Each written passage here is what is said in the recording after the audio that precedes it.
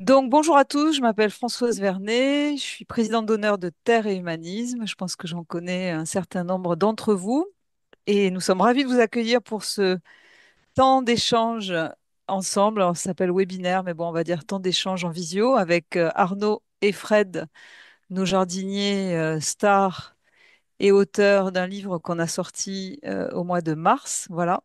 Et ce que je vous propose dans les 4-5 minutes d'attente, c'est que dans le chat, donc par lequel vous pouvez nous écrire, vous répondiez à cette question. Dans votre jardin, comment se manifeste le changement climatique? Voilà. Et alors, je veux bien aussi que vous coupiez vos micros, si c'est possible.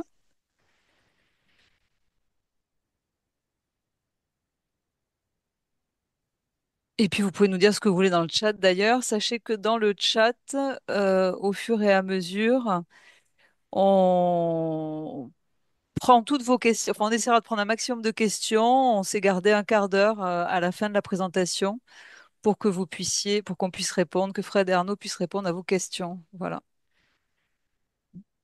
Donc, je redis le brief. N'hésitez pas à répondre dans le chat à la question, dans votre jardin, comment se manifeste le changement climatique?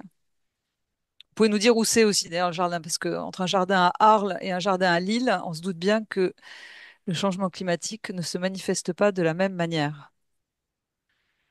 Alors, il ne pleut plus à Bruxelles, d'accord?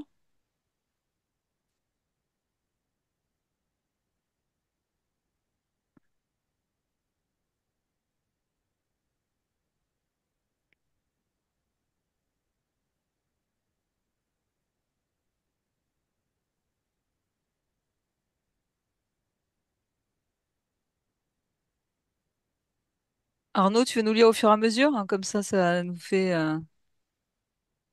Ouais, ah bah bonjour à tous. Alors, qu'est-ce qu'on voit dans le chat? À Cognac, les périodes sèches et humides sont plus longues et les changements sont assez brutaux. Savoie, plus chaud, plus sec, plus de vent, risque de grêle, plus de ravageurs. Trop de pluie en Loir-et-Cher, alors qu'apparemment à Bruxelles, c'est l'inverse. Les petits fruits sèchent sur pied, effectivement, notre cas aussi. Plus de vent, plus fort, plus violent. Chaleur extrême l'été. Apparemment, les figuiers un peu plus au-dessus de la Loire commencent à donner des figues. Les saisons sont décalées. En Isère, beaucoup de pluie, entrecoupées de temps très chauds, des années très sèches et des années très humides. En Drôme, oui, c'est pas très loin, hein, pas très loin de chez nous. Grosse humidité depuis 2 ans, avec abondance de limaces et d'escargots.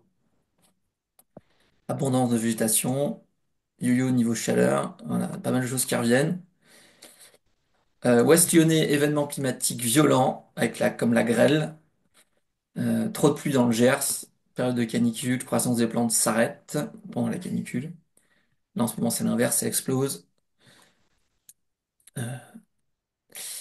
Jardin à Lavendorniac, c'est pas loin de chez moi non plus, ça. Depuis 2 ans, j'ai installé les ombrages et ça fonctionne mieux. Souvent du vent, plus de vent, plus de gros coups de vent. Bah, ça revient souvent. Des canicules, euh, tomates qui sèchent sur place,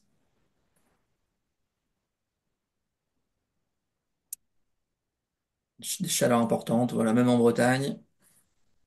Sécheresse en juillet-août, forte humidité aussi, effondrement de la biodiversité, la pluie des hérissons, moins d'oiseaux et d'insectes. Voilà, pareil, vent desséchant, oui, effectivement, le vent est de plus en plus desséchant selon les endroits. Les légumes plus petits, soit trop secs, soit trop humides. Alors, qu'est-ce qu'on a d'autre? Variation rapide des températures, décalage des récoltes, d'ordogne. Alors, des plantes qui souffrent, qui meurent de la chaleur. Il y a aussi également plus de pluie, qui sont de plus en plus violentes. On a pas vu pas mal déjà aussi. Super, je propose qu'on commence, Arnaud. Ouais, On a déjà ça marche. un bon Grosse décalage de palmarès. Donc, température. peut-être en 2 mots, ceux qui ne connaîtraient pas Terre Humanisme. Terre Humanisme est une association qui est basée en Ardèche depuis 31 ans dans un village qui s'appelle La Blachère, village dans lequel vivait Pierre Rabhi. Et cette association a à cœur de promouvoir l'agroécologie, que ce soit dans le lieu à la Blachère, qui est un mas qui s'appelle le Mas de Beaulieu, qui est un tiers-lieu nourricier où on accueille du public pour des stages, que ce soit à la Noria, qui est une ferme qu'on a acquise il y a presque 3 ans dans le Gard, dans lequel on fait de la production, mais aussi où on essaye de créer un espace à plusieurs avec des paysans qui viennent s'installer avec nous sur les terres qu'on a acquises, mais aussi à l'international, puisqu'on accompagne un certain nombre de collectifs de paysans et citoyens, notamment en Afrique de l'Ouest et sur le pourtour méditerranéen. Et également avec des publics comme des publics en précarité, notamment avec Habitat et Humanisme, mais aussi avec les Restos du Cœur et d'autres structures où on essaye d'œuvrer à un accès à une alimentation durable, à une alimentation locale. Voilà. Et dans cette dynamique-là, Terre Humanisme a déjà édité 3 livres. Un premier sur le manuel des jardins agroécologiques qui a été fait en 2012, voilà, en mai 2012, avec Valo et Eric à l'époque, qui étaient 2 jardiniers de Terre Humanisme. Ensuite, on a fait le manuel des litières, de la litière forestière fermentée, mais, et ben voilà, Arnaud là aussi, qui est sorti il y a 2 ans aux éditions du Rouergue, écrit par Valo. Et puis, tout récemment, donc au mois de mars, le dernier, qui s'appelle Adapter son jardin nourricier au changement climatique. Voilà. Je vous rappelle, avant de commencer, que vous pouvez poser des questions au fur et à mesure dans le chat et qu'on a prévu, avec Fred et Arnaud, un quart d'heure pour y répondre. Voilà. Et je vais tout de suite partager mon écran. Voilà. C'est bon, on voit ton écran. Parfait, nickel.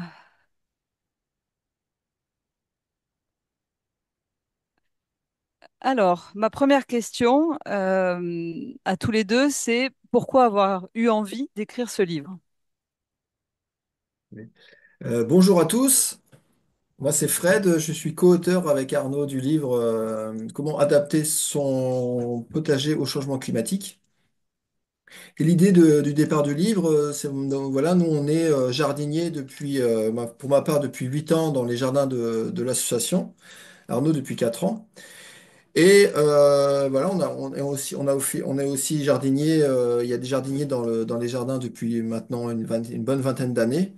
Et nous, on n'a jamais changé nos pratiques au niveau des jardins. On a toujours utilisé nos techniques agroécologiques, hein. Donc ça veut dire plein de techniques en fait, voilà, qui permettent de cultiver, de produire des légumes sains sans apport de produits chimiques, en travaillant avec l'organique. Et en même temps, on essaye toujours d'utiliser des techniques de paillage, d'ombrage, d'ambiance, de maximiser la biodiversité. Toutes ces techniques qu'on va pouvoir vous résumer pendant le webinaire. Et c'est vrai que on a toujours fait ces techniques-là. On a toujours eu des jardins assez productifs, abondants. Et en 2022, on a remarqué quand même que ça avait été une année particulièrement torride. Moi, j'ai l'habitude de dire cataclysmique au niveau de la météo. On a eu jusqu'à 35 jours de canicule à plus de 35 degrés, ce qui est vraiment abominable pour le jardin et pour les jardiniers aussi. Vraiment une année, je pense que vous vous en rappelez, une année catastrophique, hein, au niveau du jardin. Et nous, à la fin de la saison, on a remarqué quoi? On a remarqué que nos jardins allaient bien. On a des jardins qui allaient bien et ils allaient tellement bien qu'on a même battu notre record de production au niveau du jardin. Donc voilà, on en a parlé autour de nous et c'est vrai que c'est assez surprenant et c'est là qu'on a eu l'idée voilà, de regrouper un peu toutes les techniques agroécologiques qu'on a pu développer pendant toutes ces années dans un livre. Donc ce livre, vraiment, c'est un retour d'expérience de jardinier pour des jardiniers sur comment nous, on s'est adapté au changement climatique, ou plus exactement, comment on a développé toutes ces techniques pendant toutes ces années qui se sont vraiment retrouvées résilientes, qui se sont retrouvées très résilientes face au changement climatique. Alors forcément, quand on entend ça, Fred, on se dit, mais qu'est-ce qu'ils ont fait depuis 20 ans dans leur jardin pour arriver à de tels résultats? Voilà, on va sûrement les détailler tout à l'heure. Mais là, vous voyez la projection des photos avant-après. Donc on est vraiment parti, nous, à Terre Humaniste, sur un no man's land, hein. On voyait les photos de 2003, là, bah voilà, il y avait vraiment très peu de biodiversité, très peu d'arbres, donc très peu d'ambiance, très peu de haies. Donc on était vraiment à tout vent, on était vraiment plein soleil. Et mes ancêtres jardiniers, comme j'ai l'habitude de les appeler, bah voilà, on commençait à planter des arbres, à planter des haies, à planter des arbustes, à planter voilà, de la biodiversité qui au final, c'était maintenant, 20 ans après, on ramenait énormément d'ambiance, hein. On a beaucoup parlé de ces ambiances ce qui permettent vraiment de réguler les microclimats au niveau du jardin. Donc toutes ces haies, tous ces arbres, hein, qu'on a pu mettre en place, qui sont là pour rafraîchir nos jardins, ramener de l'ombre, casser le vent, hein. On a vu beaucoup ça dans les questions, c'était le vent, casser le vent des séchants et aussi apporter une multitude d'apports au niveau du jardin, que ce soit les auxiliaires, tous les insectes, les oiseaux qui aident vraiment à réguler l'écosystème global. Donc voilà, c'est vraiment multifactoriel, c'est le paillage, les ambiances. Travailler son sol, forcément, on verra que c'est vraiment pour moi, en tant que jardinier. Ça a vraiment été, c'est vraiment la première technique agroécologique, c'est le sol vivant, c'est faire en sorte que le sol, bah, ça devienne un sol résilient qui permette vraiment de capter un maximum, de stocker toute l'eau qui vient du ciel, de changer sa structuration, qui assimile mieux les minéraux, qui soit plus facile à travailler. Mais surtout que ce sol, voilà, au niveau du défi climatique, qui est que l'eau qui tombe dans nos sols aille pas directement à la mer, mais qui reste un maximum dans nos sols, comme un peu le défi de l'hydrologie régénérative. Alors c'est vrai qu'on peut se poser la question de se dire, mais finalement, pourquoi ce qui se passe en Ardèche, ça peut être intéressant au niveau national, voire au niveau européen, voire au niveau international. Et ben en fait, rebonjour à tous. Donc moi c'est Arnaud. Donc le livre en question, effectivement, il se base sur l'expérience des jardiniers de terre humanisme, mais aussi sur voilà tout un tas d'experts qu'on a pu interviewer et puis toute l'expérience accumulée par l'association depuis 25 ans. Et c'est vraiment un livre qu'on a voulu faire pour toute la France métropolitaine, hein, voilà que ce soit pour la Bretagne, la Côte d'Azur, les Pyrénées, etc., le centre de la France. Et, euh, et la particularité quand même des jardins de terre humanisme, des jardins pédagogiques, c'est nous on est vraiment dans des conditions qu'on dit pédoclimatiques de sol et de climat très particulières, extrêmement difficiles. Donc on est vraiment je dirais même aux avant-postes aussi des changements climatiques, étant donné qu'on est à la fois en zone méditerranéenne, enfin, en climat méditerranéen, tout en ayant les influences cévenoles, notamment à l'automne et l'hiver. Donc on alterne des périodes extrêmement sèches et des périodes un peu comme cette année d'ailleurs avec beaucoup d'humidité avec les épisodes cévenols, les épisodes méditerranéens. Là par exemple on en parlait ce matin, la visite des jardins, on est quasi à 800 millimètres d'eau depuis le 1er janvier, c'est vraiment énorme. On est vraiment là sur des quantités vraiment très fortes et ça c'est aussi un des effets des changements climatiques, c'est avoir une ressource en eau qui est de plus en plus erratique, avec des moments il y aura plus d'eau et d'autres moments il y en aura moins. Et ça sera, en plus, ça va pas forcément, les années vont pas forcément se ressembler.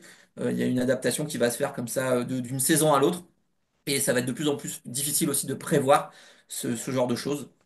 Euh, voilà, donc en tout cas, voilà, vraiment l'idée du livre, c'est vraiment de faire à la fois dire ce qui marche, dire ce qu'on a pu expérimenter, ce qu'on a vu aussi ailleurs.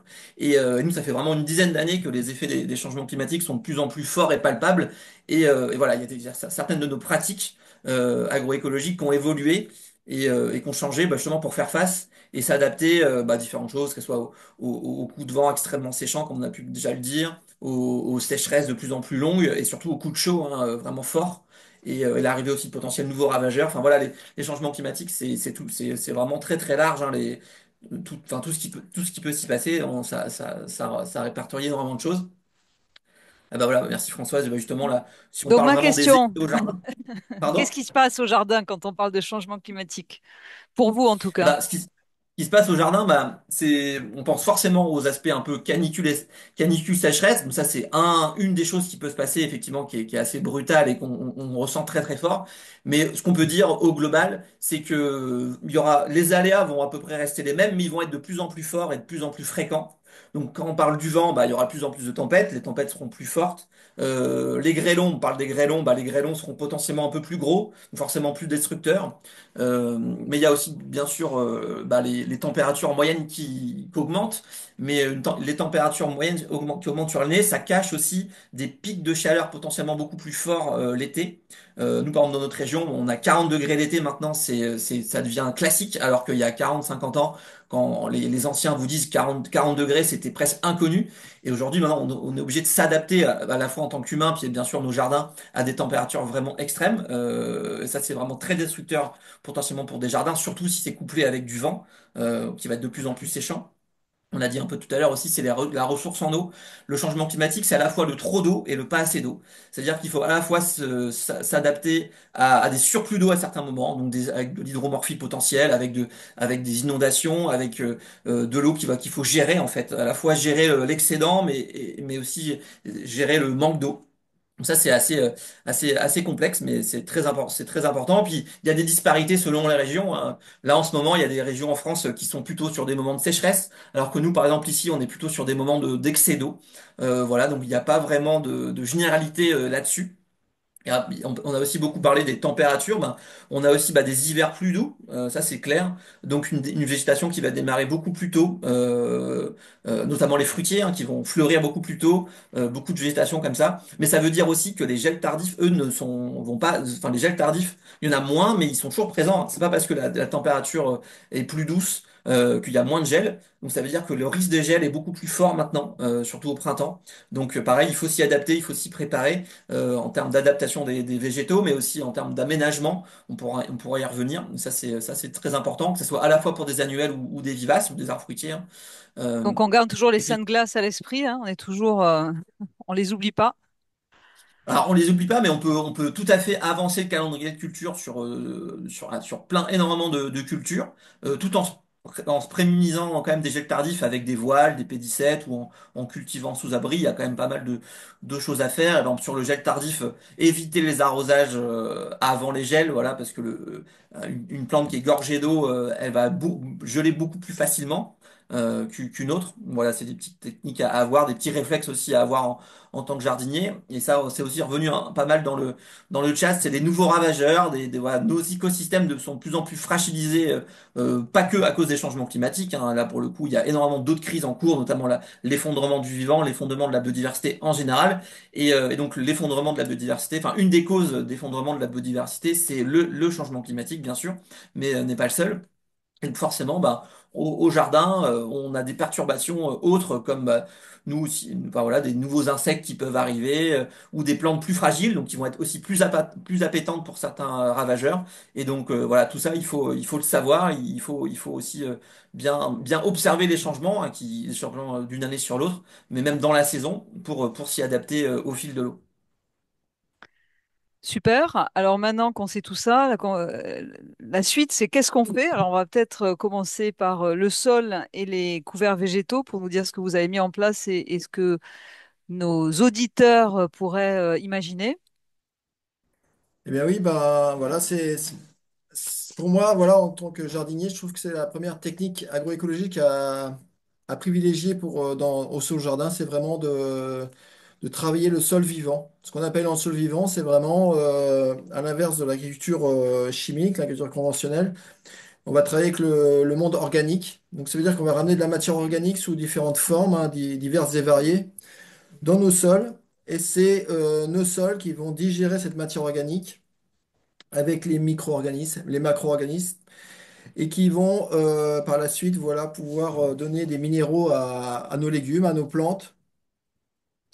Et c'est vraiment ça qu'on va travailler. Donc on va déjà un premier prisme de fertilité, mais aussi de ramener de la matière organique dans nos sols hein, sous différentes formes, encore une fois. C'est aussi travailler sa structuration de sol, travailler sa structure de sol. C'est-à-dire que souvent on va partir de sols comme dans nos jardins, hein. Nos jardins, c'est comme quand même un exemple assez concret de comment on peut changer radicalement les sols de jardin. C'est vrai que nous, il y a 20 ans, on est vraiment sur des sols qui étaient très compact, avec très peu de vie, très peu de de macro-organismes, très peu de fertilité, des tout petits légumes. Nos ancêtres jardiniers, ils avaient vraiment du mal à enfoncer la grunette sur 2-3 cm. Enfin, c'était vraiment très compliqué.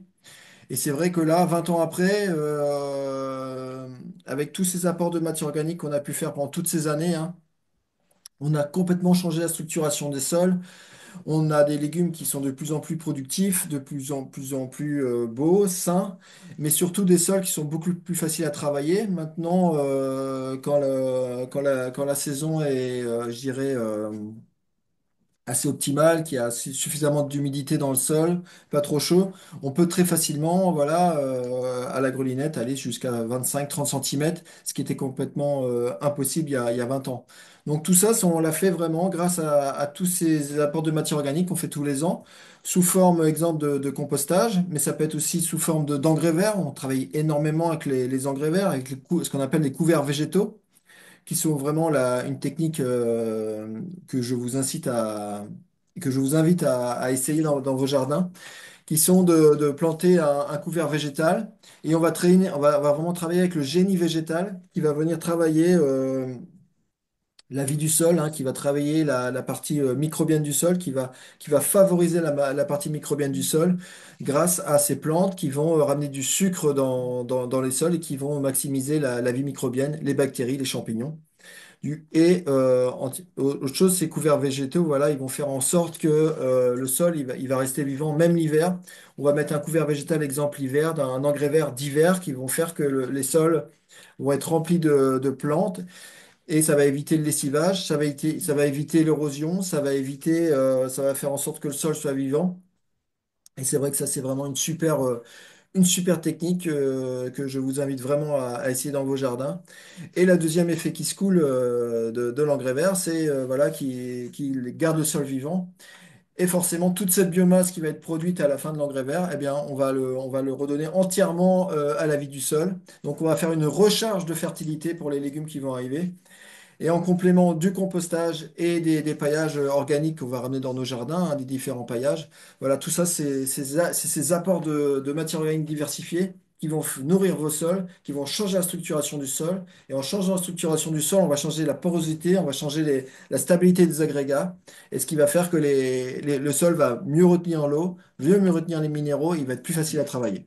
Donc voilà, je vous invite vraiment Bravo. à travailler sur Des sols couverts 365 jours par an. Alors, la deuxième question, forcément, après les sols, c'est l'eau, qui est quand même un des sujets majeurs aujourd'hui. Soit il y en a trop dans le Gers, soit il n'y en a pas assez à Bruxelles.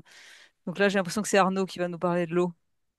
Sur l'eau, oui, bah, genre, pour rebondir sur le sol, on n'y pense pas forcément, mais le premier stockage d'eau au jardin, avant la cuve, avant quoi que ce soit, c'est le sol, hein. Et comme disait Fred, avoir un bon sol vivant, un sol profond, riche en matière organique, c'est un sol qui va pouvoir mieux retenir l'eau et qui sera beaucoup plus résilient face à une sécheresse et autres. Donc vraiment prendre soin de son sol, c'est vraiment le plus important au jardin. Et voilà, nous, dès qu'on a une action sur nos planches de culture, bah voilà, on réfléchit à l'impact que ça va sur notre sol, et on va plutôt essayer d'avoir des pratiques, on va dire, enfin, qu'agrade, qui améliorent le sol plutôt qu'il le dégrade, voilà, au maximum. Puis avec voilà, juste pour le un petit aparté sur le paillage, je voyais ça dans le chat. Effectivement, nous on a tendance à dépailler, à retirer un peu le paillage au printemps pour accélérer le réchauffement du sol. Parce que comme en agroécologie, la fertilité est surtout biologique, hein. Plus on a de vie dans le sol, plus on a d'activité intense dans le sol, ben plus la fertilité arrive vite et etc. Donc effectivement, il y a une petite exception là-dessus sur le paillage. Et puis ben l'eau, effectivement, l'eau hyper important, hein, comme j'ai dit tout à l'heure, à la fois que ce soit par avoir un bon sol, c'est aussi un sol qui sera qui va pouvoir mieux ressuyer, mieux respirer quand il y a trop d'eau, qui sera moins hydromorphe parce que l'eau pourra se ressuyer beaucoup plus rapidement, mais aussi qui va quand même pouvoir mieux garder l'eau en période de sécheresse. Donc dans les deux cas, c'est très important d'avoir un sol le plus vivant possible à l'année. Et donc la gestion de l'eau, bah, c'est vraiment important, hein. Nous ici, on a, comme je disais tout à l'heure, on est vraiment dans des conditions très difficiles là-dessus parce qu'on a à la fois trop d'eau avec nos épisodes Sevenol qui du coup peuvent être très destructeurs avec 200, 300, 400 mm d'eau. Donc ça fait en gros 400 jusqu'à 400 litres d'eau sur 24 heures à certaines années dans certaines localités ici. Donc forcément, bah, cette eau-là, elle peut pas complètement s'infiltrer même avec des bons sols. Donc on a des ruissellements, de l'eau s'accélère et on peut avoir de l'érosion, des inondations en dessous, etc. Donc là-dessus, on a pas mal interviewé pour le livre, et vous le verrez à l'intérieur, bah, des experts autour de l'hydrologie régénérative, hein, qui est une manière aussi de faire des aménagements régénérateurs pour les territoires, notamment pour hydrater nos paysages. Donc en gros, le triptyque, on va dire les quatre mots typiques de l'hydrologie régénérative, c'est ralentir l'eau, la répartir, l'infiltrer et enfin la stocker, en tout cas la stocker, que ce soit dans le sol ou dans les plantes aussi, hein. Les plantes, avoir beaucoup de végétation, c'est aussi avoir un paysage qui s'hydrate mieux, qui stocke mieux l'eau. Et donc pourquoi ralentir l'eau, c'est vraiment la priorité. On va essayer, dès qu'il y a de l'eau qui arrive sur son terrain, on va essayer qu'elle reste le plus longtemps possible, qu'elle soit utile le plus longtemps possible dans son jardin, voire même qu'elle ait plusieurs utilités. Nous, par exemple, ici, on peut parler on a différentes manières de stocker l'eau, de la garder et de la réutiliser au moment où on en a moins. On peut parler de notre phytoépuration. On est branché sur quand même pour l'eau potable, enfin l'eau du réseau, enfin, l'eau du réseau, et donc les eaux usées, on les traite nous-mêmes par phytoépuration, et donc ces eaux-là, après, quand elles sont traitées propres, vont dans une mare, une grande mare qu'on voit en bas à droite la présentation. Et si besoin, on peut déjà récupérer de l'eau de cette mare pour irriguer, mais aussi le surplus de cette eau, enfin le surplus de la mare, est aussi utilisé dans notre système d'irrigation si besoin, si on en a l'utilité. Ouais, et donc cette eau, au final, elle a plusieurs usages et arrivée au jardin, encore une fois, on va essayer qu'elle se maintienne dans le sol le plus longtemps, dans la végétation le plus longtemps. Et puis on va essayer bien sûr d'arroser au plus juste, à ras du sol, vraiment via des systèmes de micro-irrigation, de micro-sointant, comme on voit en bas à gauche, avec de l'eau de pluie, hein, très important l'eau de pluie. Euh, L'eau de pluie, c'est vraiment une eau qui est très peu minéralisée, donc ce qui va vraiment bien hydrater le sol et les plantes. En général, attention aux personnes qui utilisent de l'eau du réseau pour arroser. Il y a souvent beaucoup de minéraux là-dedans. Alors un petit peu ça va, mais ça peut au bout d'un moment saliniser les sols, hein, quand on utilise trop, surtout quand les sols ont peu l'occasion de recevoir beaucoup d'eau, notamment l'été. Et voilà, ça peut poser souci. Bon là c'était un petit aparté. Et puis autre chose aussi pour avoir des arbres et des plantations aussi plus résilientes au manque d'eau et essayer d'avoir des plantations, notamment des arbres fruitiers qui vont être beaucoup plus autonomes bah voilà, pour s'hydrater. Là, vous avez une image en haut à gauche différentes manières d'arroser un arbre. Et en fait, un jeune arbre, c'est très important, ça on le dit jamais assez, de l'arroser peu souvent, mais en grande quantité. Tout simplement pour que l'eau, quand elle pénètre dans le sol, elle pénètre très profondément dans le sol, et comme ça, les racines de l'arbre, ça peut être aussi vrai pour un légume, vont suivre cette eau, et on va avoir un arbre qui va avoir une racine pivot beaucoup plus implantée, beaucoup plus profondément, et qui sera du coup beaucoup plus aussi résiliente aux coups de vent, aux tempêtes, parce que voilà, il n'y a pas que la sécheresse, hein, dans l'enracinement profond, ça permet aussi aux arbres d'être beaucoup plus bah, costauds, tout simplement. Alors qu'à l'inverse, si on irrigue de manière superficielle très souvent, bah, en fait l'humidité va rester dans la surface du sol et on va avoir un système racinaire très superficiel et donc du coup lui peu robuste aux intempéries. Et donc là-dessus, peut-être un petit aparté sur les zoyas, les jarres d'irrigation. Attention avec ça, ça peut être très pratique en bac ou pour des plantes annuelles. Mais l'inconvénient de ça, si c'est utilisé pour des plantes vivaces ou des arbres, hein, notamment, c'est qu'on va enfin la plante va pas être autonome au final. Elle va faire ses racines autour de la jarre. Elle va très peu s'enraciner profondément et on peut à l'inverse, alors qu'on pense être on pense que c'est une bonne solution. On peut rendre dépendant la plante de cette jarre et donc notamment si c'est un arbre fruitier, c'est très embêtant. Donc c'est une bonne et une mauvaise solution les zoyas. Donc voilà, faire un petit peu attention à ce genre de choses. Alors, Fred, tu nous parlais des ambiances tout à l'heure. Je pense que c'est toi qui vas nous en parler plus en détail maintenant. Exactement, Françoise. Les ambiances techniques agroécologiques vraiment très très résilientes par rapport au changement climatique. On a vraiment vu une grande différence hein, ces dernières années grâce à toutes les ambiances qu'on a pu mettre dans nos jardins. Donc les ambiances, il y a les ambiances naturelles, il y a deux sortes d'ambiances. Il y a les ambiances naturelles qu'on va forcément utiliser les arbres, les haies qui sont dans nos jardins. Mais forcément, un arbre en plein milieu d'un potager, c'est pas forcément une des meilleures idées. On va essayer vraiment de placer les arbres, les haies vraiment en périphérie du potager. Et nous, ce qu'on aime bien faire à Terre Humanis, c'est de ramener ponctuellement, voilà, une ombre qui va permettre de rafraîchir nos légumes, d'éviter le plein soleil pendant toute la journée, d'éviter les pics de chaleur. Ce sont les ombrières. Voilà, les ombrières qu'on met systématiquement maintenant sur toutes nos plantations de tomates. Mais les ombrières, on va pas les mettre n'importe quand. On va les mettre vraiment à la période la plus chaude de la saison estivale. En général, ça va commencer de la troisième semaine de juin jusqu'à début septembre et c'est largement suffisant. Et on a l'habitude de dire, nous, en tant que jardiniers, au printemps, on maximise la lumière et à la saison estivale, on va minimiser les coups de chaud, le soleil. Et du coup, c'est vraiment voilà, une technique super fiable qui sont les ombrières. Alors, essayez de trouver autour de chez vous, je sais pas, si vous pouvez récupérer des bambous, si vous pouvez récupérer des canisses, ou sinon nous on fait des ombrières avec tout simplement des fougères qu'on va chercher dans la forêt, qu'on vient tisser sur une structure en bambou. Et sur cette structure en bambou, on va venir mettre un grillage à poules. Ce grillage à poules, voilà, il va rester pendant toute la saison. Et au moment de la saison estivale, donc c'est des fois troisième semaine de juin ou même mi-juin, hein, si on a des chaleurs assez abruptes au début de la saison estivale, on va venir installer voilà, ces fougères, on va venir les tisser sur le grillage. Et en fait, ce qui est important dans les ombrières, c'est pas de faire vraiment une ombrière à 100%, ça va être d'ombrer à 30, à 60 pas plus pour vraiment laisser quand même passer un peu de lumière.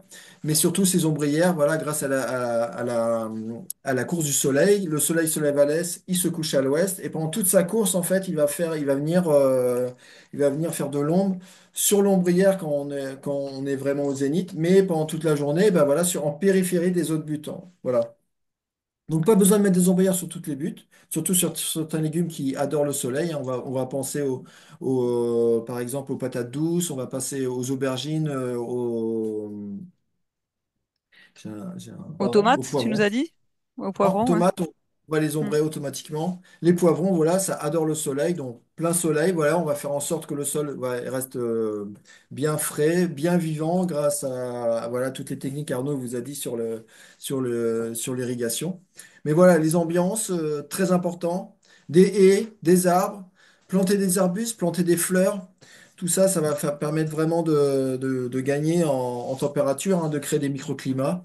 Et bien sûr, dans vos jardins, essayez d'installer des ombrières qui vont permettre vraiment de diminuer la température, de faire en sorte que les légumes respirent. Parce qu'il faut savoir qu'un légume au-dessus de 35 degrés, il y a un dysfonctionnement hormonal qui se crée, un dysfonctionnement physiologique, et il y a vraiment un problème dans la pollinisation, dans la fructification, dans le légume. Donc vraiment, un légume, lui, la majorité des légumes, ils aiment la température entre 25 et 30 degrés. Au-dessus, on voit vraiment que c'est compliqué, quoi. Donc vraiment, super technique, privilégier les ambiances. Les fougères Et dont je vais tu parles, rajouter c'est ce qu'on voit en bas à gauche, Fred, hein. Il y en a deux exemples Voilà, là. Ouais, ok. exactement. Ouais. Tu et voulais dire autre chose, Arnaud? Ouais. on peut rajouter ouais, par rapport aux ambiances, c'est l'aspect vraiment le fait d'avoir beaucoup de végétation, d'essayer déjà d'associer les plantes entre elles. Hein, on peut penser au jardin forêt dont on parle dans le livre, mais aussi l'aspect vent, essayer de couper au maximum le vent en amont du jardin. Nous ici on a beaucoup le Mistral, donc c'est un vent du nord qui peut être très séchant et rafaleux avec des coups de voilà qui peut être assez destructeur. Donc déjà on a beaucoup de haies est-ouest qui coupent ce vent. Et après, ben, donc on essaye de mettre une membrane, on va dire, autour du jardin et au sein même des jardins, une membrane protectrice hein, contre le vent. Le vent, bah, qui peut être assez, enfin, voilà, qui est assez chiant, qui stresse les plantes. Et puis des plantes stressées, elles sont plus appétentes pour les ravageurs. Elles peuvent aussi avoir plus de maladies globalement. Et puis leur croissance ralentit. Et puis après, bah, les ombrières, au final, vu que Fred le disait tout à l'heure, le vent traverse, hein, c'est pas des endroits c'est pas complètement occultant. En fait, elles bougent assez peu avec le vent. Et au pire, si ça bouge un petit peu, ça arrive, allez, une fois, deux fois dans l'été, on les replace manuellement, rapidement, et ça nous prend très très peu de temps et c'est assez rapide. Voilà.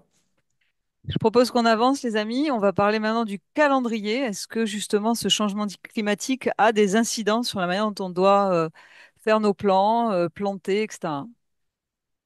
Et oui, bah, ça a des incidences bien sûr sur le calendrier et ça rallonge, on peut dire aussi que ça rallonge la saison de culture, hein. On peut démarrer plus tôt, on termine plus tard aussi au jardin. Donc ça offre quand même des opportunités, même si les impacts de voilà, de ce changement de saisonnalité a des conséquences très graves sur la biodiversité en général. En tout cas, pour le jardinier, ça peut augmenter la durée de culture, hein. Et voire même pour certains jardiniers, il y a certains jardiniers qui sont tellement dans des conditions difficiles l'été, notamment qui n'ont pas de moyens d'arroser ou très peu de stock d'eau, qui du coup font de plus en plus de jardins d'hiver, on dit, ou de jardins d'automne, et limitent beaucoup le jardin d'été. Donc c'est aussi une manière de s'adapter, hein, c'est de se dire, bah voilà, je vais un petit peu moins cultiver l'été et me rapatrier plutôt sur d'autres périodes plus clémentes, hein. C'est aussi une manière de faire. Et en tout cas, sur la temporalité, nous déjà, on a la chance d'avoir des abris, serres et tunnels, donc notamment une serre non gélive, donc on cultive toute l'année. Donc c'est vrai que le fait d'avoir des abris, bah, on se limite les aléas climatiques, hein, bien sûr. Donc ça c'est intéressant quand on peut avoir ça. Mais on peut aussi utiliser des petits tunnels nantais. Certains connaissent déjà ça. Donc c'est des petits arceaux métalliques d'un mètre 20 qu'on vient placer le long des planches. Et on peut mettre bah voilà des voiles d'ombrage. On peut mettre des voiles de forçage justement pour garder la chaleur. Il y a différentes techniques. Mais en tout cas, sur la temporalité, effectivement, il faut vraiment s'adapter là-dessus. On peut commencer beaucoup plus tôt, ça c'est sûr. Notamment les pommes de terre, c'est un exemple qu'on prend souvent. La pomme de terre, en fait, elle a un optimum de température autour des 25 degrés. Et donc, si on la plante maintenant, bah voilà, au sein de glace, c'est maintenant. En fait, très vite, la chaleur va augmenter et on va avoir une pomme de terre qui va beaucoup souffrir de la chaleur en cours de croissance et qui va produire beaucoup moins. Alors que nous, maintenant, bah, on les plante beaucoup plus tôt, nos pommes de terre. Sous abri, on les plante quoi en février, mars, Février, ouais. février. Ouais, dehors, Et dehors, dès mars, avril, hein, enfin mars, même début mars. début mars, on plante déjà nos pommes de terre. Alors, comme je disais tout à l'heure, les gels tardifs ou les nuits très fraîches sont encore présentes, hein. C'est pas parce que on démarre plus tôt que le risque de gel n'est plus présent, hein. Donc là, du coup, on protège quand même nos plants avec des voiles des type P17. Ça, c'est très intéressant. Ça coûte vraiment pas cher. Donc, je vous invite à récupérer ça. C'est très intéressant. Quand les nuits sont très fraîches ou même des risques de gel, on les pose sur les plantations. Donc P17, c'est pour 17 grammes au mètre carré. Ça permet aux plantes de croître même avec le voile dessus. Donc soit vous mettez un petit tunnel nantais avec le voile, soit vous pouvez carrément poser vos voiles sur vos plantations. Ça fonctionne très très très bien. On peut même le laisser toute la journée quand les journées sont pas très chaudes. Et par contre, quand les amplitudes de chaleur sont assez fortes entre la nuit et la journée. Là, à ce moment-là, soit on les retire, soit alors on les place le soir et on retire ça au milieu de matinée quand la température remonte. Voilà. En tout cas, n'hésitez pas vraiment bah voilà, à réfléchir à avancer vos cultures, voire même à les retarder pour certaines, parfois. Euh, et ce qu'on peut dire aussi sur l'aspect temporalité, faites des tests, expérimentez, plantez pas tout en même temps. Donc déjà, on a l'habitude en général en tant que jardinier d'espacer un peu les différentes plantations pour que les récoltes arrivent pas tout d'un coup, hein. Ça, c'est assez classique. Mais là, encore une fois, on peut vraiment espacer les plantations et voilà, démarrer un peu trop tôt. Même si c'est trop tôt, c'est pas au final, c'est pas trop grave dans le sens où on va pouvoir se rattraper sur d'autres cultures aussi derrière. Voilà, donc sur la temporalité, je sais pas si Fred, t'as une autre. Non, mais t'as tout dit, hein, On est, nous, on est voilà, pas mal, les amis, on est pas mal. On est presque dans les temps. Je propose qu'on avance sur la dernière question qu'on voulait aborder ensemble, qui était autour des essences, des variétés et des semences, et voir en effet dans quelle mesure ces changements, ces dérèglements climatiques ont aussi une incidence sur ces points-là pour le jardinier. Bah, François, j'ai rajouté une slide que Bah du coup on oui, peut passer. Mais c'est mon j'avance. dada, la biodiversité. Mais en Je avance, sais, mais on tant n'a pis, on pas de verra pas temps. ça. ouais, bah sur les essences, voilà, c'est travailler aussi maintenant pour s'adapter au changement climatique. Bah, il y a certaines essences qu'on va un peu abandonner, hein. Forcément, des essences qui ont besoin de beaucoup d'eau, d'une température tempérée. Donc il y a certaines essences on va plutôt privilégier maintenant.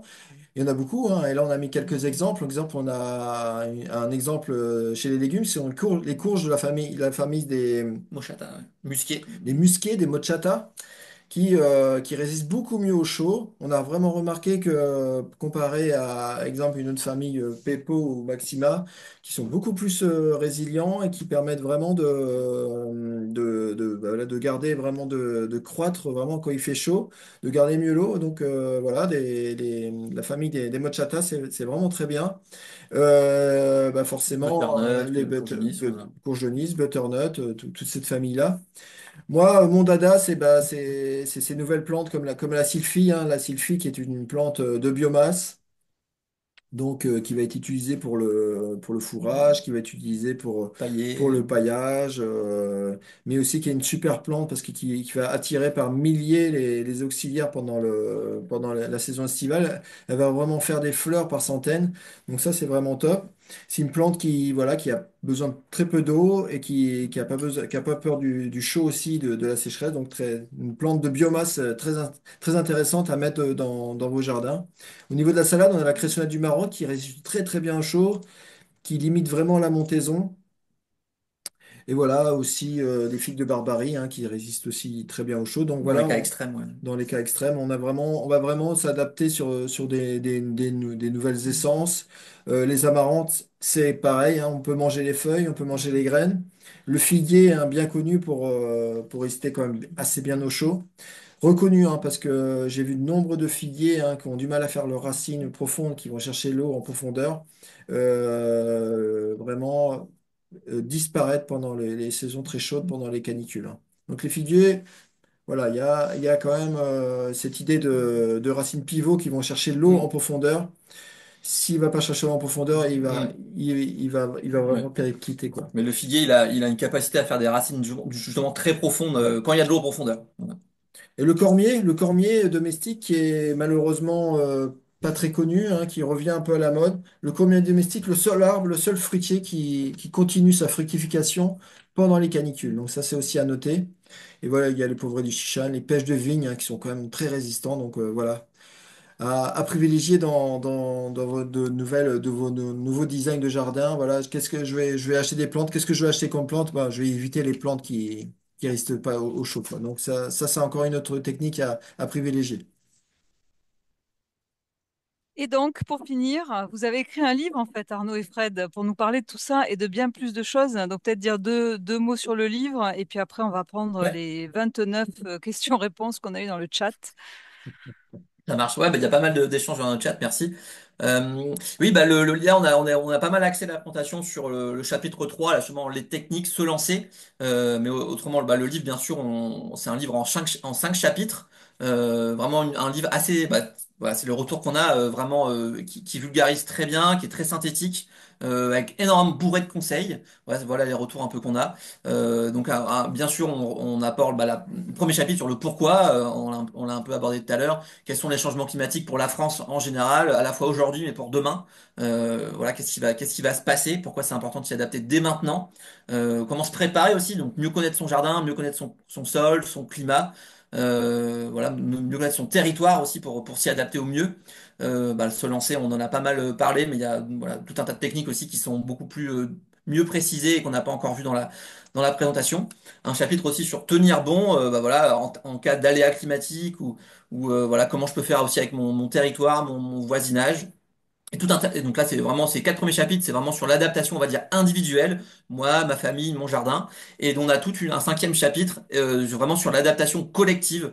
Qu'est-ce que je peux faire pour m'adapter sur ma commune, sur mon territoire? Voilà, comment faire collectivement en fait pour avancer tous ensemble, voilà, vers des territoires, des paysages, voilà, résilients et voilà, régénératifs pour le futur. Et puis, ce qu'on peut dire aussi sur le livre, c'est qu'on s'est appuyé sur vraiment des experts dans des domaines très précis pour à la fois nourrir l'écriture et vraiment donner des conseils bah, voilà, enfin, sur des domaines comme bah, l'aspect biodiversité, hein, qu'on n'a pas trop abordé aujourd'hui, sur l'aspect hydrologie régénérative, bien sûr, le jardin sec, dans les cas extrêmes, ou vraiment quand on n'a pas d'eau, l'aspect aussi plantes bioindicatrices, l'aspect aussi bah, géographie, ou la place du sauvage aussi, quelle place laisser au sauvage au jardin par rapport à l'adaptation future. Et puis ce qu'on n'a pas dit, c'est qu'il ne coûte que le modique prix de 10,80 €. Donc voilà, c'est important de le dire. Alors, j'ai arrêté le partage pour qu'on soit plus facile sur les questions du chat. Alors, on va essayer de répondre au maximum. On est hyper dans les temps. On a un quart d'heure. Alors, j'essaye de d'y être parce Moi, j'ai qu'il pas y en tout a. lu, hein. Je sais pas si tu as lu. Alors, la première question, c'était y a-t-il une orientation spéciale, nord, sud-ouest, est? Là, je pense que c'est pas très précis. Je viens du Maroc. Quelle est la nature de votre collaboration avec vos contacts dans ce pays, en sachant que le stress hydrique est très élevé dans ce pays? Bon, Eh ben, c'est une bonne question. On a notre expert qui a écrit deux encarts dans notre livre sur l'hydrologie régénérative, Olivier Bras, ouais. Olivier Hébrard, qui s'occupe justement d'appliquer ces techniques d'hydrologie régénérative dans les montagnes du Nord Atlas, dans des montagnes complètement désertiques pour ramener un peu de biodiversité, ramener un peu Ont été désertifiés. Mm. désertifié par le surpâturage, Mhm. pour ramener voilà, de la vie, des essences, et faire en sorte que ces bassins versants, en fait, de stocker l'eau et de ramener de la végétation. Donc, je vous invite vraiment à contacter Olivier Hébrard, justement, qui est un spécialiste français de l'hydrologie régénérative et de la régénération des sols au Maroc. ensuite, nous, on travaille avec un certain nombre de structures comme le RIAM au Maroc, comme enfin voilà, un certain nombre d'associations qui nous ont sollicité sur ces questions-là. Au prisme de ces incertitudes et ces extrêmes, quelle réflexion avez-vous sur les spéculations à cultiver? Je comprends pas bien la question, donc on va la laisser reposer peut-être plus précisément. Je ne sais pas si vous entendez mieux que moi ce que ça veut dire. On ne cultive pas les spéculations. Non, pas encore. Comment faire avec des petits terrains en banlieue parisienne très urbanisés où il n'y a pas d'arbres, où il n'y a pas d'arbres trop proches des maisons? Par Bon. rapport à l'ombrage. Eh ben, les petits jardins, effectivement, ah oui, si on n'a pas l'occasion forcément de planter des arbres ou quoi, et si on a quand même besoin de faire de l'ombrage ou apporter de l'ombre, on peut la technique dont on parlait tout à l'heure, faire des ombrages qu'on amène nous-mêmes, hein, en faisant des petites structures en bambou, en mettant par-dessus. On peut aussi faire monter des plantes grimpantes, hein, on n'a pas parlé trop, mais la vigne est une plante comestible qui fait un super ombrage, qui commence à faire son ombrage en juin. Et si besoin, en septembre, bah, on peut la tailler fortement. Elle accepte bien la taille, c'est très rustique. Et nous, on utilise aussi beaucoup la passiflore aussi, qu'on fait monter sur nos ombrages. Pareil, la passiflore qui commence à faire vraiment de l'ombrage en juin, donc c'est très bien. Et le houblon aussi, Le houblon, le un houblon super le houblon. ouais, le houblon, c'est très, très sympa comme liane aussi. Donc il y a, voilà, à la fois, soit on associe des plantes entre elles, hein, en essayant de faire des strates, un peu comme le modèle du jardin-forêt qui est abordé dans le livre, hein. Alors, on augmente beaucoup la complexité donc au jardin, donc ça demande des connaissances, ça demande de la formation potentiellement, mais ça marche quand c'est bien fait, ça marche bien. Une autre question, c'est qu'est-ce que vous conseilleriez comme haie adaptée au changement climatique? Bah, qu'est-ce qu'on conseille déjà? Bah, moi, ce que je conseille souvent, au pire moment de l'année, quand il y a, surtout après une canicule, c'est d'aller se promener autour de chez soi et d'aller observer la nature autour de chez soi et de repérer peut-être les arbres qui sont les plus vifs, les plus beaux, qui ont résisté au mieux aux canicules. Et peut-être c'est peut-être ces essences qu'on va vraiment privilégier, des essences locales autour de chez soi, endémiques, qui vont permettre exemple de remettre dans ces haies et qui vont vraiment être très très très très résilientes par rapport au changement climatique, plus que des essences qu'on va vous citer maintenant. Moi, je trouve que le mieux, c'est vraiment de faire en local et d'observer les arbres autour de chez soi. Oui, sur la haie, ce qu'on peut dire, déjà avoir une haie multistrate, multi-étagée, idéalement, pour que les plantes aussi s'entraident entre elles. Et essayer d'avoir pas une haie d'une seule ligne de grands arbres, au moins deux lignes en quinconce. Donc voilà, par exemple, si vous avez des voisins, vous pouvez tout à fait mutualiser la haie. Enfin, un voisin fait une haie, un bout de haie, l'autre en fait une autre, pour avoir une haie un peu plus grande, un peu plus large. Et puis essayer de favoriser aussi les haies spontanées, hein. Nous ici, on a de plus en plus, on fait des haies sèches, on fait des amas de branchage à certains endroits. Et donc là, potentiellement, il y a des oiseaux qui vont venir faire leur crotte, voilà, il y a des graines qui vont arriver naturellement. Et donc, il y a tout aussi des plantes spontanées qui vont pousser. Et les plantes spontanées sont intéressantes parce que voilà, elles ont germé d'elles-mêmes. Elles vont notamment garder leurs racines pivots, ça c'est très important. Quand un arbre a poussé en place, bah, il n'est pas déraciné, on va pas casser ses racines pour le replanter ailleurs.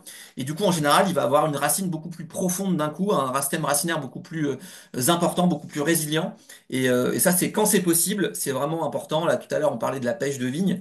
La pêche de vigne, c'est un fruitier qu'on peut facilement intégrer dans une haie. Il suffit de jeter des noyaux de pêche et puis spontanément, bah, des pêches vont germer. Et donc, des pêches de vigne, en général, bon, sont beaucoup plus résilientes parce que voilà, il y a cette racine pivot qui est conservée. Et en plus, ben, là, il y a une diversité génétique aussi beaucoup plus forte quand on fait enfin, de la génération spontanée de haies.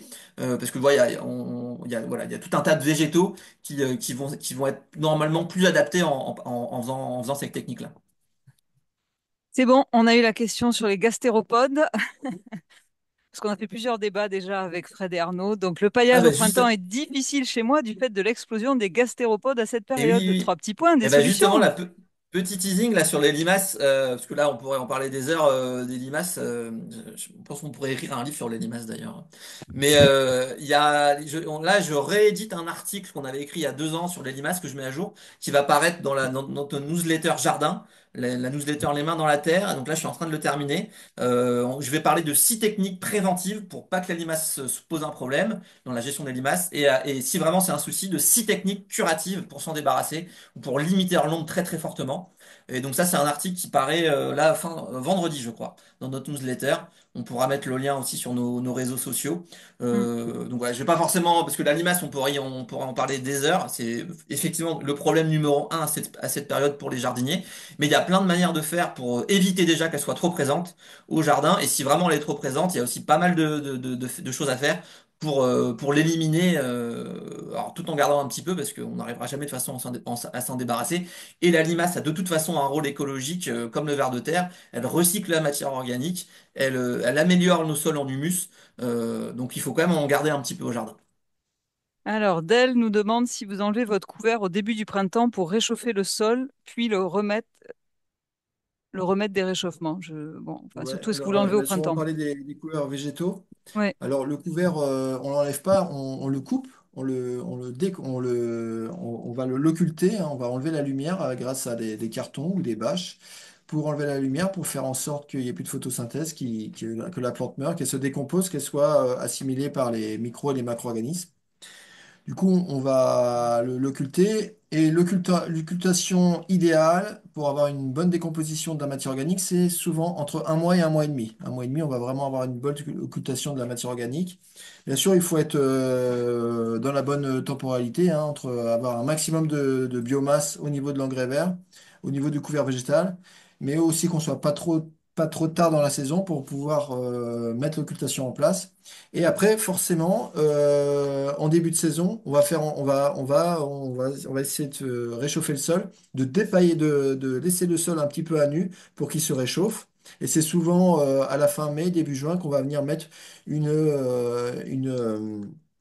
couverture, cette fois-ci de paillage systématique, pour attaquer la saison estivale au mieux. Comme il semblerait qu'il y a plein de personnes qui s'en aillent, je vous mets cette dernière slide avant qu'on réponde aux dernières questions dans les quelques minutes qui nous restent. Peut-être, Fred Arnaud, vous voulez dire deux mots, faites une formation les 14 et 15 juin à la Blachère dans nos jardins. On vous avait prévu une petite surprise. La petite surprise, c'est qu'on vous offre 20% de réduction avec le code webinaire jusqu'au 18 mai à minuit. Vous pouvez scanner avec votre téléphone, mais on va aussi le mettre dans le chat, le lien pour accéder à cette formation. Donc, beaucoup plus d'informations en 2 jours, vous imaginez, que ce qu'on a pu échanger là. Je reviens aux questions.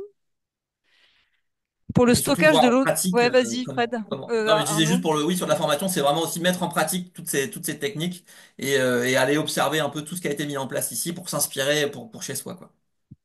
Alors, pour le stockage de l'eau de pluie, si l'eau jaunit, y a-t-il une incidence sur la croissance des plantes, l'action du soleil et de la lumière? Point d'interrogation. Il faut répondre plus rapidement, les amis, parce qu'il ne nous reste plus que 6 minutes.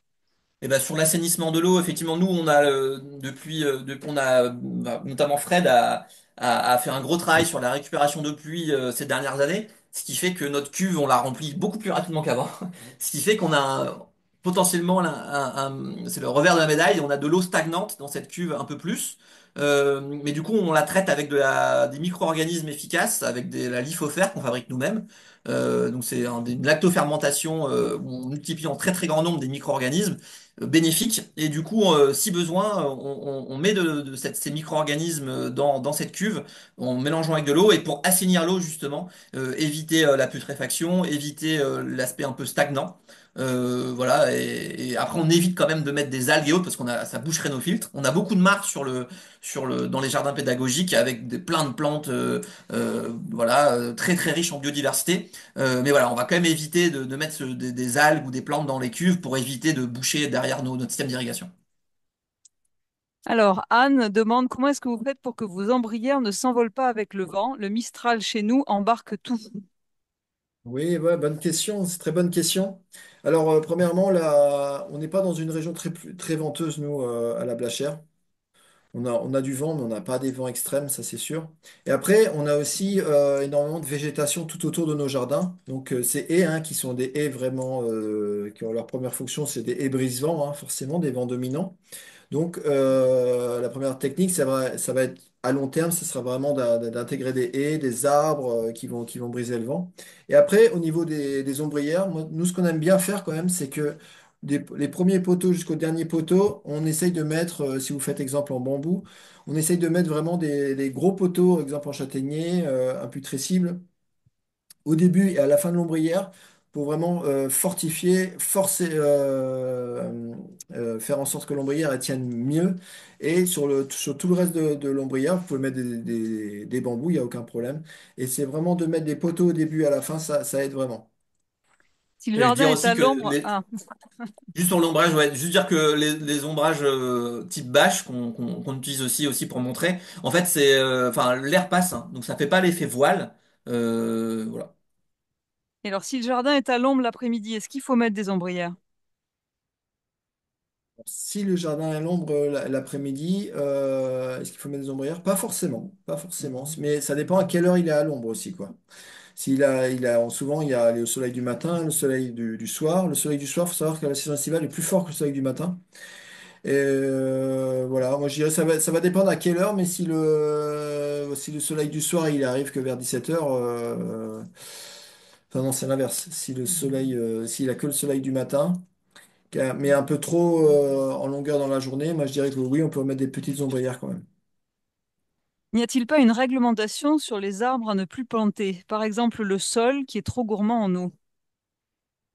Alors, bah, ça peut permettre de répondre à quelque chose qu'on a, enfin, pas forcément en tête. En fait, il faut pas forcément planter des arbres peu gourmands en eau, hein, mais en tout cas, plus on va planter, enfin, dans le sens où l'évapotranspiration des arbres participe aussi au cycle de l'eau, participe aussi à rafraîchir. Donc on va dire, et les arbres aussi stockent l'eau. Donc on pourrait spontanément penser à se dire, bah, on va planter des conifères, on va planter des cactus, voilà, des plantes qui gardent l'eau, qui évapotranspirent peu. Mais c'est contre-intuitif en fait, si on fait ça, en fait, on casse le cycle de l'eau, on va avoir moins de pluie, moins d'eau stockée dans nos paysages, et donc voilà, c'est pas forcément une bonne idée de faire ça. Il faut rester quand même au maximum sur des plantes qui évapotranspirent, beaucoup, mais en allant chercher justement l'eau en profondeur, l'eau qui est stockée pendant l'hiver, et donc c'est vraiment le rôle de l'arbre, hein, de ramener l'eau des profondeurs que les légumes peuvent pas faire, hein, ramène l'eau en profondeur, l'évapotranspire au jardin, ça profite bien sûr avec la rosée, aux légumes et autres, et ça participe au grand cycle de l'eau, l'eau verte, qui permet aussi d'hydrater nos territoires sur la durée. Et voilà, Super, vas-y. il y a Isabelle Lecomte qui nous dit, mais l'ombre, elle arrive vers 12 heures, donc là, pas d'ombrière. Si l'ombre, le soleil du matin, il s'arrête à 12 heures, là, vraiment, pas d'ombrière, c'est inutile. Jean-Michel nous dit que la lithofère permet chez lui aux légumes de mieux supporter les grosses chaleurs et il nous demande si on fait la même constatation. Oui, mais il y a pas mal d'études scientifiques qui sortent de plus en plus maintenant sur l'utilisation de la lithofère. Effectivement, ça a un bon effet sur le stress hydrique. notamment des arbres, arbustes, vignes. Il y a beaucoup de... Parce qu'en fait, on ne sait pas exactement comment ça se passe, mais en tout cas, l'apport de l'IFOFER augmente la capacité de rétention en eau du sol, notamment via la production beaucoup de de micro-aération où l'eau peut être mieux stockée. Et voilà, donc après, on sait pas exactement comment ça se passe, mais effectivement, il y a beaucoup de retours là-dessus de jardiniers ou même d'expériences scientifiques qui montrent qu'il y a une meilleure, voilà, enfin, une meilleure résilience à la sécheresse avec l'usage de l'IFOFER, effectivement. Et ça, il y a tout un encadré dans le livre qui évoque la question. Sylvie nous dit que si vous avez des attaques de tuta absoluta sur les tomates, que faites-vous car les ravageurs évoluent et de nouveaux apparaissent? Oui, alors nous, on n'a pas ce ravageur. Heureusement, on en a bien d'autres. On a l'araignée rouge hein, qui fait beaucoup de dégâts. Et justement, on a remarqué qu'avec l'araignée rouge, c'est très compliqué de s'en séparer. Mais on a remarqué quand même ces dernières années, on est beaucoup dans l'observation empirique, et on a remarqué que l'araignée rouge, elle arrivait plus tard, beaucoup plus tard, si vous ombrez vos tomates. Et ça, on l'a vu direct entre des tomates qui sont plein soleil, où l'araignée rouge, elle adore le chaud, c'est vraiment des conditions favorables. Elle va arriver beaucoup plus tôt que si vous ombrez, elle arrive plus tard, on aura plus de production à long terme. Et pour la tuta, je sais pas quoi là, on l'a pas du tout dans nos jardins, heureusement. Mais moi, ce que j'ai lu, c'est que le bacillus pouvait aider à lutter contre.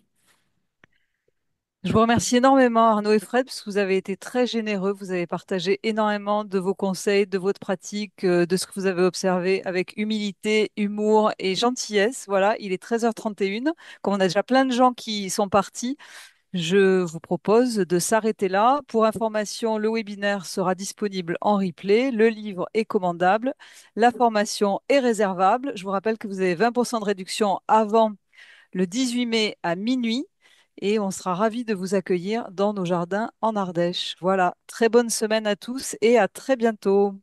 Merci Françoise, merci à tous. Merci à tous. Bonne saison au jardin. À bientôt, j'espère.